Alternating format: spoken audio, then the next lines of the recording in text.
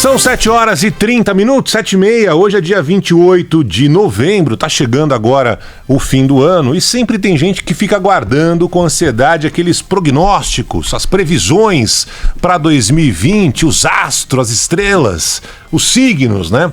Como é que será o futuro no amor, nos negócios, na saúde? Vai ser um ano melhor para a família? Qual é o planeta regente do ano, né? Qual é o animal no horóscopo chinês? O ano, sabe aquela história? O ano chinês, para vocês saberem, é o rato. Ontem eu fui pesquisar. Ah, é? 2020 é o ano do rato. Eu não sei se ainda existem aqueles manuais, mas antigamente tinha aqueles almanaques enormes, com previsões dos signos, né? Cuidado com a saúde, touro. Gêmeos, Carlinha, eu e você. Sorte no dinheiro. Já Susan Miller. Então. Áries, não esqueça o guarda-chuva e por aí vai. E ontem, dizendo que não tem o poder de prever o futuro, os desembargadores do Tribunal Regional Federal da 4ª Região deram uma banana para a decisão do Supremo Tribunal Federal e não só mantiveram, como ampliaram a condenação do ex-presidente Lula no caso do sítio em Atibaia. O relator do processo, o desembargador João Pedro Gebran Neto, negou os pedidos da defesa de Lula de anular o caso. Relembrou todas as provas que foram encontradas, as roupas de Lula, da dona Marisa no sítio, os pedalinhos com os nomes dos netos e principalmente as obras, mais de R$1 milhão na reforma do sítio, pagas por empreiteiras, como a OAS, a Odebrecht e a Chain, em troca de benefícios dados pelo governo. E não é que não acatou os argumentos da defesa do proprietário do sítio, né? O Fernando Bittar, é o nome que está no papel, de que todos os objetos do petista, da família dele, eram apenas demonstrações da mais profunda amizade que havia entre o pai dele, o Fernando Jacob Bittar, e o ex-presidente Lula. Ao final, os 3 desembargadores do tribunal decidiram ampliar a pena do petista. Se a decisão da primeira instância da juíza Gabriela Hart determinou que Lula deveria ser preso por 12 anos e 11 meses, no caso do sítio em Atibaia, agora, em segunda instância, a pena passou a ser 17 anos, 1 mês e 10 dias de prisão. Ao longo de todo esse processo da Lava Jato, era comum que as decisões do juiz Sérgio Moro, na primeira instância, também recebessem ali uma mudança, uma ampliação, normalmente, em muitos casos, da pena na segunda instância, que foi exatamente o que se repetiu agora no Tribunal de Porto Alegre. Foi o mesmo que aconteceu, por exemplo, no caso do triplex do Guarujá. O Moro deu uma pena, os desembargadores aumentaram a pena dada ao ex-presidente Lula e agora de novo, só que na primeira sentença quem deu foi a juíza Gabriela Hart. Só o que mais chamou nessa decisão de ontem dos desembargadores, né, foi a banana dada por eles, nessa decisão do TRF4, para aquilo que o Supremo Tribunal Federal tinha decidido, ou seja, de que um réu delatado tem de ser o último a falar num processo que está sendo investigado. Então, o ex-presidente Lula foi o último a falar nesse caso? Não foi, mas os caras não estão nem aí.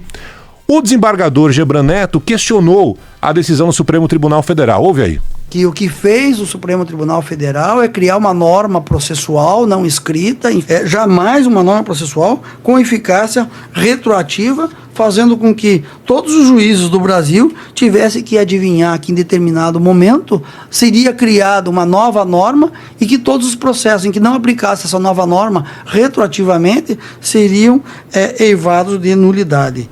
Essa é uma questão que eu tenho batido aqui desde o começo, né? Eu acho que faz sentido quem está sendo delatado ser o último a falar, o último a se defender. Tem uma lógica aí.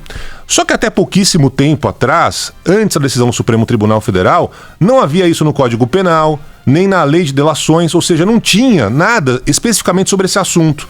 E para mim não parece que houve má fé de nenhum juiz e também não houve prejuízo algum a nenhum processo. Não me parece que o Lula, por exemplo, ou nenhum outro condenado na Lava Jato que tenha sido delatado tivesse a pena alterada por ser o último a falar. Insisto, apesar de entender que a decisão do Supremo Tribunal Federal foi correta.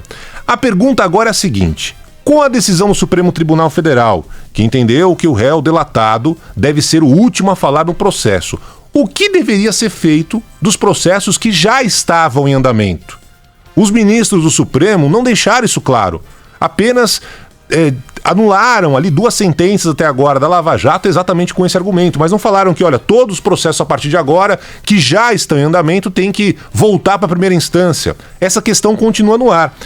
E não dá para entender porque os ministros ficam ali com aqueles longos discursos intermináveis, com suas teses em javanês. Agora há pouco a gente estava tentando decifrar, né, o que os ministros falam e não consegue esclarecer no final das contas, na hora de saber se pode ou se não pode, se está valendo ou não está valendo a decisão. Porque não tem cabimento juízes, desembargadores desobedecerem uma decisão da mais alta corte do país. Assim como não tem cabimento os ministros da mais alta corte do país não deixarem claras as regras, as decisões, a ponto de um juiz, um desembargador ou 3 desembargadores da segunda instância poderem decidir o futuro de um ex-presidente da República ou de um réu qualquer com base numa opinião pessoal. Porque aí você abre espaço para dizer o seguinte, esses desembargadores aí estão contra o Lula.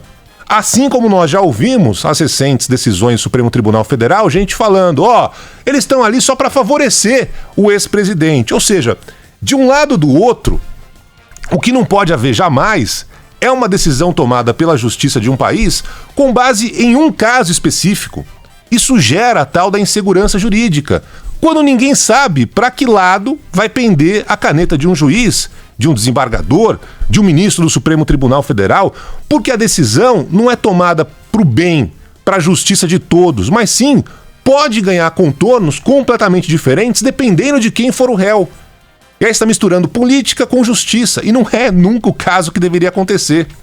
Seja como for, o ex-presidente Lula, que já é condenado em terceira instância no caso do apartamento triplex do Guarujá, agora foi condenado em segunda instância no outro caso, do sítio em Atibaia, que tem provas bem mais robustas do que aquele primeiro, mas vai continuar solto, né? Sem poder concorrer nas eleições, já que é ficha suja.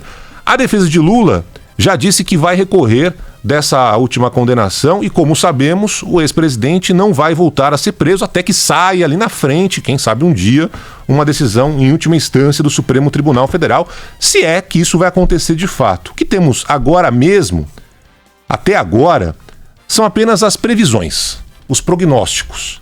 Por enquanto está mais fácil acreditar na previsão dos astros, na sorte ditada pela astrologia, do que nas leis confusas, esquisitas desse país.